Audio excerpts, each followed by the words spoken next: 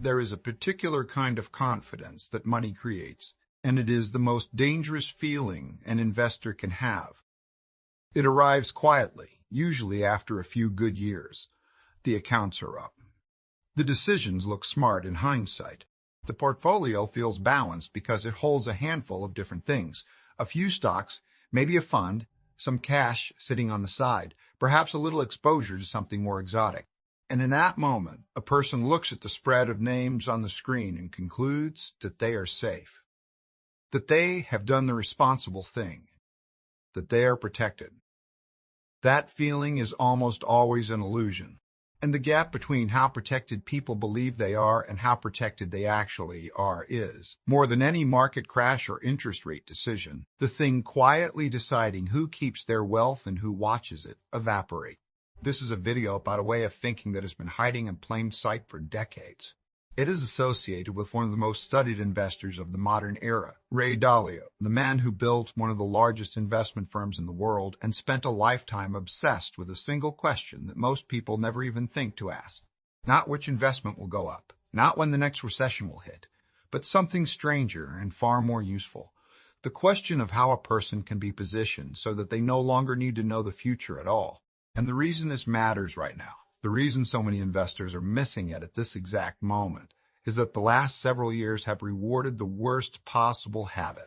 They have taught a whole generation that the way to win is to be right about one thing and to be right loudly, to pick the winner, to find the asset, to time the moment. And underneath all of that noise, a much older and much quieter principle has been forgotten, even though it is the principle that actually protects people when the story they believed in stops being true. To understand what's being missed, you have to start with a small and uncomfortable truth about how the human mind handles money. We do not think in terms of probability. We think in terms of stories. When a person invests, they are almost never making a cold mathematical decision. They are buying into a narrative about how the world is going to unfold. The narrative might be that technology will keep climbing.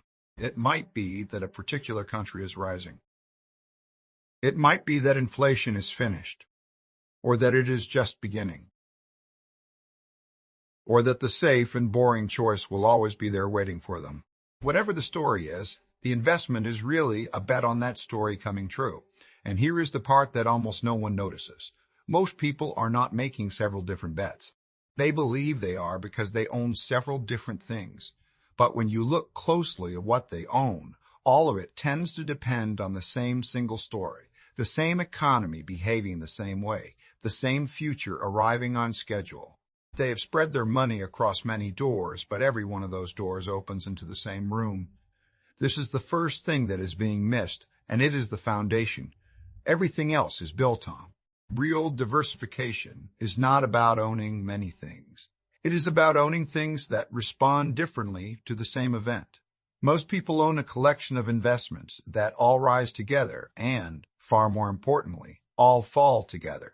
They feel diversified during the good times, which is exactly when diversification doesn't matter, and they discover they were concentrated during the bad times, which is exactly when it does. Think about what that actually means in a human life. A person spends 20 or 30 years building something. They are careful. They contribute steadily. They resist the urge to gamble.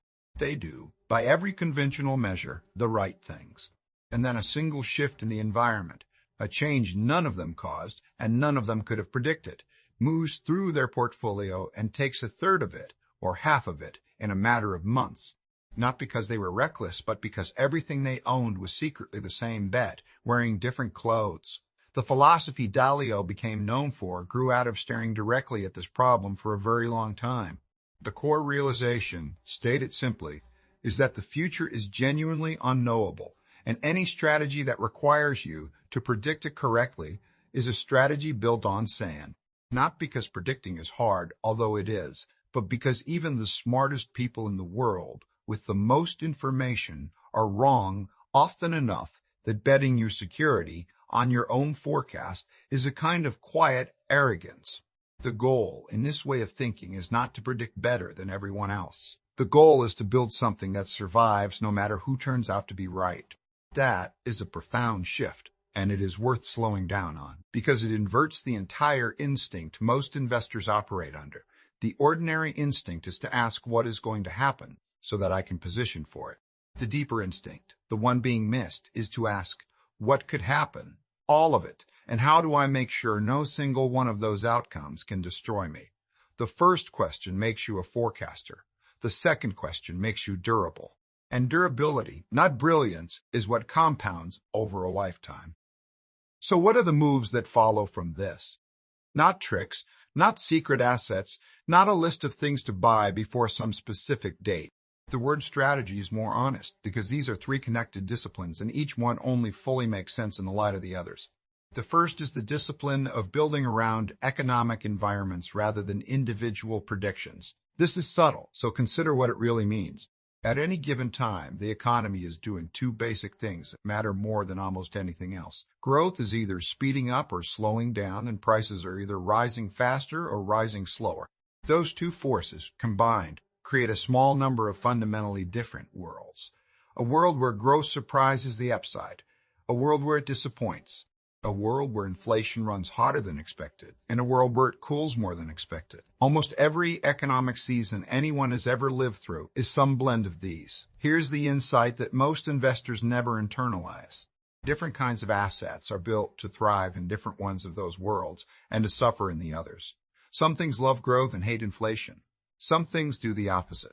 Some things shine precisely when everything else is falling apart, which is the entire reason they are worth holding, even though they look boring or useless in normal times. The mistake, the thing being missed right now, is that most people unknowingly pile almost all of their money into the assets that win in just one of those worlds, the world that happens to have been winning recently, and they leave themselves completely unguarded against the others. And the reason they do this is deeply human. We extrapolate. Whatever has been working, we assume will keep working, and we feel foolish holding anything that has been quietly losing while the exciting things soar. So we drift year after year toward concentration, and we mistake that drift for confidence. The first discipline is the refusal to do that. It is the willingness to hold things that are not currently winning on purpose, because their job is not to win now. Their job is to be there, intact, on the day the environment turns and everything you were excited about turns with it. But here's where the story gets more complicated, because if it were simply about owning a little of everything, anyone could do it, and it wouldn't be rare. The deeper layer is that owning a little of everything in equal amounts is not actually balanced at all. And this is the second discipline, the one that separates the idea from the execution, and the one most people never even reach because they stopped thinking at the first one. The problem is that not all investments carry the same amount of risk. Some are calm and move gently. Others are violent and swing hard. If you split your money evenly between something calm and something wild, you have not created balance. You created the illusion of balance because the wild one will dominate your results entirely. Its movements will drown out everything else. On the days that matter, your supposedly diversified portfolio will move almost exactly like the single riskiest thing in it, and you will be right back where you started, holding one big bet that only feels like many. True balance in this way of thinking is not about balancing the money. It is about balancing the risk. It means deliberately holding more of the calm things and less of the wild things, so that each part of the portfolio contributes a roughly similar amount of movement, a roughly similar amount of influence over your fate. It is a strange and counterintuitive idea, because it often means owning more of what feels safe and less of what feels exciting, which runs against every emotional signal a person gets from watching markets. But the logic is unbreakable. If you want no single environment to be able to ruin you, then no single asset can be allowed to dominate you. And the only way to ensure that is to size your holdings by their risk, not by their price. This is the part that almost everyone misses, and it is missed precisely because it requires acting against feeling. It feels wrong to trim the thing that is doing well. It feels wrong to hold more of the thing that is doing nothing. It feels, in the moment, like leaving money on the table. And so people don't do it, and they tell themselves they are being smart, and they are quietly rebuilding the exact concentration they thought they had escaped. The discipline is not intellectual. The intellectual part is simple once you hear it. The discipline is emotional. It is the willingness to be calm and unexciting on purpose in a world that constantly rewards the appearance of conviction. And that leads directly to the third discipline, which is the one that ties the whole thing together and is, in some ways, the hardest of all. Even well-built, genuinely balanced strategy will drift. Markets move. The thing that was a small position grows into a large one because it did well. The thing that was supposed to be your protection shrinks because it stayed quiet. Over time, without anyone making a single bad decision, a balanced portfolio slowly turns into an unbalanced one, simply because the parts grow at different speeds. And so the third discipline is the practice of returning again and again to balance, of systematically trimming what has grown too large and adding to what has fallen behind, of taking from strength and giving to weakness, which is the precise opposite of what fear and greed will scream at you to do. Think about how strange this is at the level of human nature. It asks you, in good times, to sell some of your winners while everyone around you is celebrating them. And it asks you, in bad times, to buy more of the things that are falling while everyone around you is fleeing. It is, almost by design, a discipline that forces you to act against the crowd and against your own instincts at the exact moments those instincts are loudest. That is why so few people actually do it, even those who understand it perfectly. Knowing the right thing and being able to do the right thing while your stomach is in knots are two completely different capacities, and the second one is far rarer than the first. Now step back and notice what these three disciplines, taken together, are really doing. They are not a forecast. There is no claim here that a crash is coming on a particular day, no promise of a specific event, no secret known by insiders and hidden from the public. The entire point is the opposite of that. The entire point is to build something that does not depend on any forecast being correct, including the comfortable one and the frightening one alike. It is a strategy designed by someone who concluded, after decades of watching brilliant people be confidently wrong, that the only honest position is humility about the future, and that humility, properly engineered into a portfolio, becomes a form of strength. And this is the deeper reason it is being missed right now, in this specific moment. We are living through a period that has punished humility and rewarded conviction. For a stretch of years, the people who made the boldest single bets, who concentrated hardest into the things that were rising, looked like geniuses. The careful ones, the balanced ones, the people holding quiet protective assets that did nothing exciting, looked slow and timid by comparison. The whole culture of investing is tilted toward the loud and the concentrated, toward the story you can tweet, toward the conviction you can defend in an argument. And in that environment, a philosophy whose entire purpose is to make sure you are never the hero of any single story sounds almost like a failure of nerve, but that is exactly the misunderstanding. The strategy is not timid. It is the most ambitious bet of all, just not on an asset. It is a bet on time itself, on the simple fact that someone who is never wiped out, who survives every environment with their capital intact, will in the long run quietly leave behind the people who soared and crashed and soared and crashed. The investor who avoids the catastrophic loss does not need to be brilliant in any single year. They only need to still be standing, still compounding, still in the game, while others are forced to start over. And starting over again and again is the real destroyer of wealth that almost no one accounts for. Because the losses are loud and the recovery is silent and slow. There is an emotional truth hiding underneath all of this that is worth saying plainly. Most people, when they think about money, are secretly trying to buy certainty. They want to know that they will be okay. And so they chase the thing that feels most certain, the trend that is working, the bet that everyone agrees on, because agreement feels like safety. But agreement is not safety. Agreement is just everyone making the same bet at the same time, which is the most fragile position of all, because when it breaks for everyone at once, and there is no one left to sell to. The genuinely safe position is the lonely one. It is being prepared for the world that almost no one else is prepared for, holding the thing that everyone else has abandoned because it hasn't paid off lately. That is an uncomfortable thing to sit with, because it means real security never feels like security in the moment. When you are properly balanced, some part of your portfolio is always disappointing you.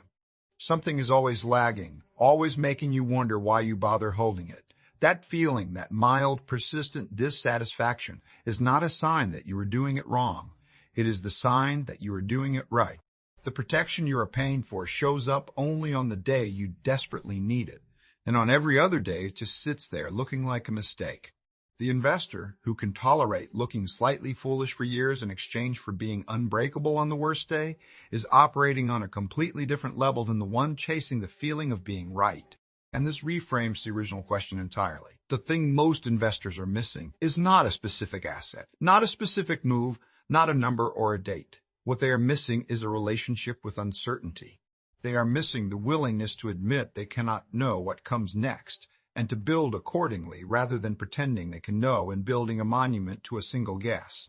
The three disciplines are just the practical shape of that admission. Diversify across environments, not predictions. Balance by risk, not by money. Return to balance again and again against your own instincts.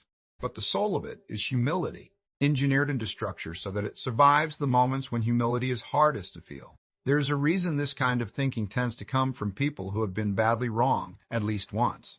The story often told about Dalio is that early in his career he made a confident public prediction, was spectacularly wrong, and nearly lost everything because of it. Whether or not every detail of any such story is precise, the lesson embedded in his later philosophy is unmistakable, and it is the lesson of someone who has felt the ground disappear beneath a certainty he trusted completely. People who have never been truly wrong tend to believe in their own foresight. People who have been devastated by their own confidence stop trying to be right about the future and start trying to be safe from it. That shift from prediction to preparation is the entire difference, and it usually has to be learned the hard way, which is exactly why so few learn it at all. So consider where that leaves you watching this, thinking about your own situation. The instinct, the moment a video like this ends, is to go looking for the list, to want the names, the specific things to buy, the exact recipe. And that instinct, gentle as it is the very thing this whole philosophy is warning against. Because the recipe is not the point, and a recipe handed to you without the understanding behind it will be abandoned the first time it underperforms, which it will, because everything underperforms sometimes. What lasts is not the list. What lasts is the change in how you see. Once you have genuinely understood that owning many things is not the same as being diversified, that even balance is not the same as balanced risk, that a strategy left alone slowly becomes its own opposite, you cannot unsee it. You will look at your own holdings differently. You will notice the hidden single bet you didn't know you were making. And that noticing is worth more than any list because it is yours and it does not expire. None of this is a promise that any particular thing will happen, and none of it is a recommendation to buy or sell anything specific. It would betray the entire spirit of the idea to turn it into a guarantee, because the whole foundation is the honest admission that no one knows. What it is instead is an invitation to stop asking the question that almost everyone is asking, the question of what is going to happen next, and to start asking the better one, the question of whether you would survive intact no matter what happened next. If the honest answer is that you would only survive in the world you are quietly expecting, then you have found the thing you were missing, and finding it, even uncomfortably, even years before it ever matters, is the closest thing to real safety that investing has ever offered. The most dangerous moment for any investor was never the crash. The crash only revealed what was already true. The dangerous moment was the quiet one, years earlier when the accounts were up and the future felt obvious, and a person looked at their money and felt, for the first time, completely sure. That certainty was the risk. It always was, and the people who understand that, who build their entire approach around the humility of not knowing, are not the ones missing something. They are the ones who finally stop missing the only thing that ever mattered. So take a look at your portfolio today. Ask yourself the hard question. Are you actually diversified, or are you just betting everything on the U.S. economy behaving exactly how you hope it will? If you are ready to stop guessing where the Fed or inflation is going next and build a portfolio that thrives in any environment, take the first step right now.